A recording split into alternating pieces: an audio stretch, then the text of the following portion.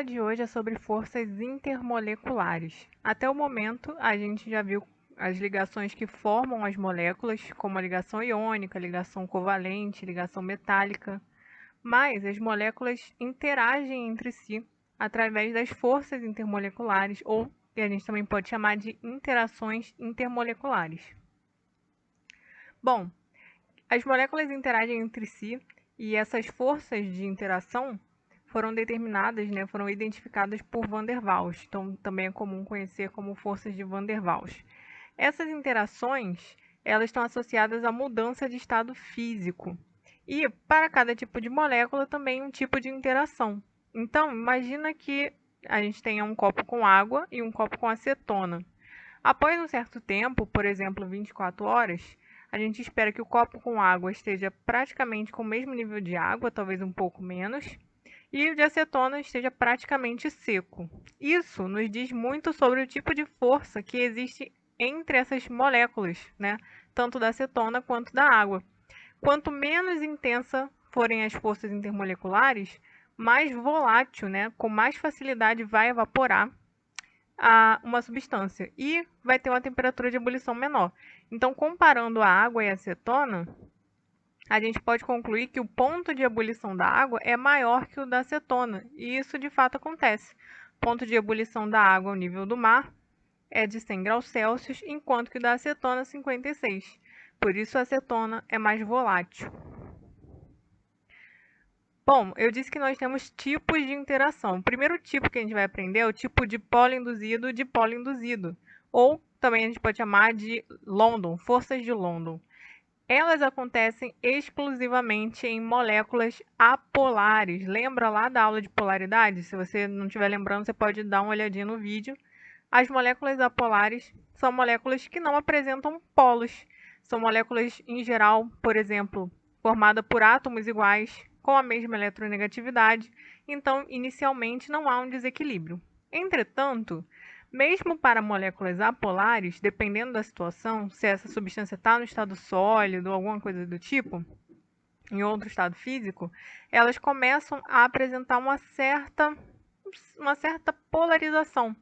E é o que acontece, por exemplo, com a molécula de O2, a molécula não polarizada, e aqui o dipolo induzido, que é quando é forçada a ficar em outro estado físico, geralmente estado sólido, e aí você começa a ter um desequilíbrio de cargas, e essa interação entre essa molécula de O2 e essa outra aqui é o que a gente chama de interação de London ou dipolo induzido, porque inicialmente elas não têm esse polo é induzido, esse dipolo é induzido. Pode acontecer com H2, O2, N2, Br2, Cl2, CO2, CH4, C2H6. Basta a molécula ser apolar. Repara que aqui dentro da estrutura do O2, que eu escolhi, por exemplo, a gente visualiza a ligação covalente dupla, que é o que forma a molécula de O2. E a interação é o que existe entre uma molécula de O2 e outra. O segundo tipo é o dipolo permanente, ou simplesmente dipolo-dipolo. Ele ocorre com as moléculas polares, ou seja, basta a molécula, se for uma molécula com dois átomos, ser formada por dois átomos diferentes. Então, pegando aqui o caso do HCl sólido, o cloro é o elemento mais eletronegativo, então é o polo negativo. O hidrogênio é o menos eletronegativo, então forma um polo positivo. E a atração sempre vai acontecer entre o polo negativo de uma molécula com o polo positivo da outra. Aqui, o dipolo permanente é representado por esse pontilhado, enquanto que a ligação covalente simples é representada pelo traço. E vendo no geral, a gente consegue ver que as moléculas interagem com várias. Olha, essa aqui está interagindo com essas 3, essa aqui com 4, e assim vai. Quem é que pode fazer dipolo permanente?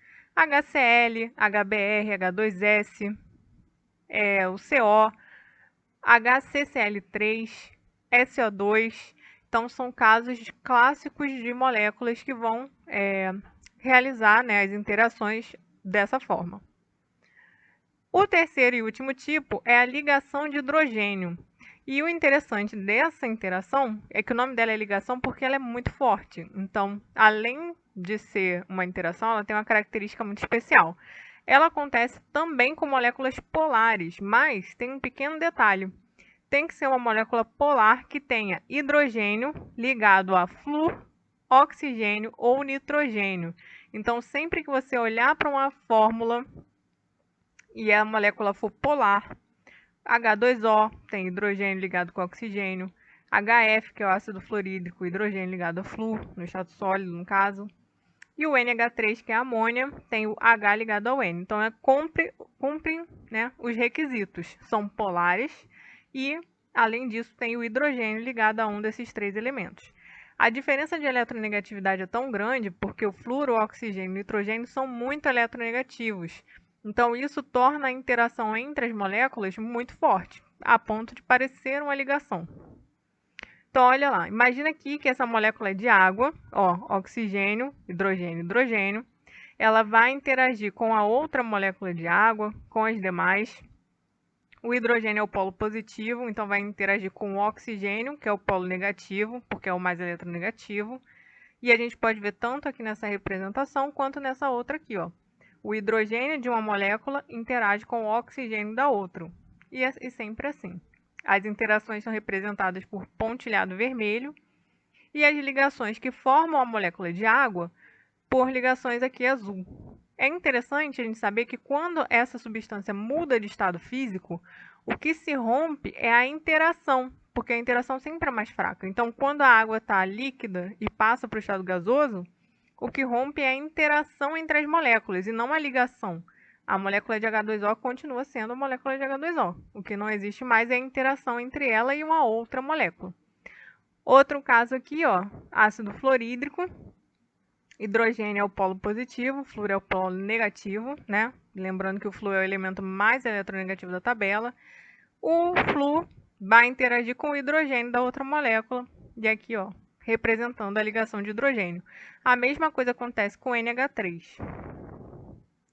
Bom, aí a partir de aí a gente pode ver alguns fatores, né, que as interações intermoleculares estão relacionadas. Uma dessas coisas é a tensão superficial. O que é tensão superficial? Imagina uma molécula de água no meio de um recipiente. Essa molécula faz interações em todas as direções com as moléculas que estão em volta dela. Então, para cima, para baixo, para frente, enfim, todas as direções. Porém, as moléculas da superfície, elas só fazem interação com as moléculas que estão embaixo ou do lado. E isso provoca, né, um fenômeno que chama contração do líquido, que faz parecer que existe uma película na superfície. Então, por isso que a gente consegue ver imagens como essa, como se tivesse uma película na água, o mosquito pousando na água. Ponto de fusão e ebulição. Quais são os fatores mais importantes aqui? O primeiro é o tipo de força. Existe uma diferença entre os três tipos de força, né? E isso vai determinar o quão alto ou quão baixo vai ser um ponto de fusão ou ponto de ebulição. E o tamanho das moléculas também. Se a molécula é muito pequenininha, ela tem menos pontos de contato para fazer essa interação. Se é uma molécula muito grande, ela vai ter mais pontos de contato. Com certeza a interação vai ser um pouco maior. Então vamos para o caso das moléculas do mesmo tamanho. Quando as moléculas têm o mesmo tamanho, quanto maior a intensidade da interação, maior o ponto de ebulição. Então, a interação mais forte é a ligação de hidrogênio. Depois dela vem a dipolo-dipolo e, por último, o dipolo induzido. Então, a gente sempre espera que em moléculas do mesmo tamanho, o ponto de ebulição, por exemplo, de moléculas que fazem ligação de hidrogênio seja mais alto do que moléculas que fazem dipolo-dipolo ou do que moléculas que fazem o dipolo induzido. Agora, quando a gente analisa moléculas com diferentes forças, quanto maior o tamanho da molécula, maior o ponto de ebulição. Então, se eu estou analisando moléculas que realizam dipolo induzido, ambas as moléculas, e uma delas é muito maior do que a outra, com certeza, grandes chances dessa molécula muito maior ter um ponto de ebulição maior também, porque ela tem maior superfície de contato. Vamos analisar três valores de ponto de ebulição de três substâncias diferentes. A primeira delas é o N2, que é o gás de nitrogênio. menos 195,8 graus Celsius. Depois o clorofórmio, que é o CHCl3, menos 63,5 graus Celsius. E por último, a água com 100 graus Celsius. Bom, o primeiro caso, que é o N2, esse ponto de ebulição muito baixo, né, está associado ao fato dele ser uma molécula apolar. Nós temos dois átomos iguais, né? Inicialmente as eletronegatividades são iguais, então essa substância vai interagir, né, uma molécula de N2 com a outra através da interação do tipo dipolo induzido. O segundo caso, que o ponto de ebulição ainda é baixo, mas não tão baixo quanto o primeiro, nós temos o clorofórmio, que é uma substância polar. E as substâncias polares, se não estão enquadradas naquele caso especial de hidrogênio ligado a flúor, oxigênio ou nitrogênio, elas fazem dipolo-dipolo. E esse é o caso. A gente tem o hidrogênio, mas ele não está ligado a flúor, oxigênio ou nitrogênio. No caso da água, a substância também é polar. Se você não lembra como é que a gente determina se a substância é polar ou apolar, é só assistir o vídeo que a gente da nossa última aula. A substância polar, nesse caso, tem o hidrogênio ligado ao oxigênio. E isso caracteriza a interação de uma molécula de água com a outra como sendo uma ligação de hidrogênio. No slide anterior, a gente viu que a ligação de hidrogênio é a interação mais forte, depois vem a dipolo-dipolo e, por último, a dipolo induzido. Então, isso justifica o fato do ponto de ebulição da água ser muito maior do que os das demais substâncias. Sobre a solubilidade, existe a gente vai partir, né, da ideia de que semelhante dissolve semelhante. O que significa isso? Isso significa que quando uma substância é polar, ela dissolve substâncias polares. E que quando uma substância é apolar, ela dissolve substâncias apolares.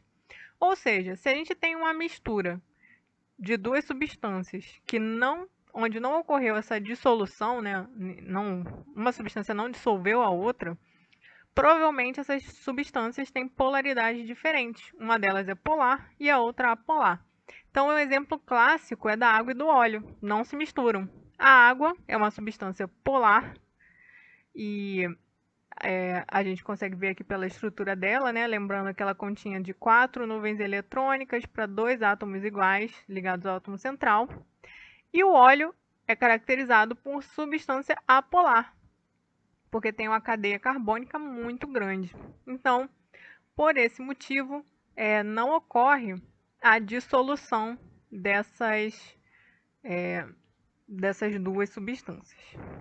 Só para relembrar, o dipolo induzido vai acontecer sempre com as moléculas apolares, o dipolo-dipolo com as polares e a ligação de hidrogênio com as polares, que apresentam esse caso especial do hidrogênio ligado com flúor, oxigênio ou nitrogênio.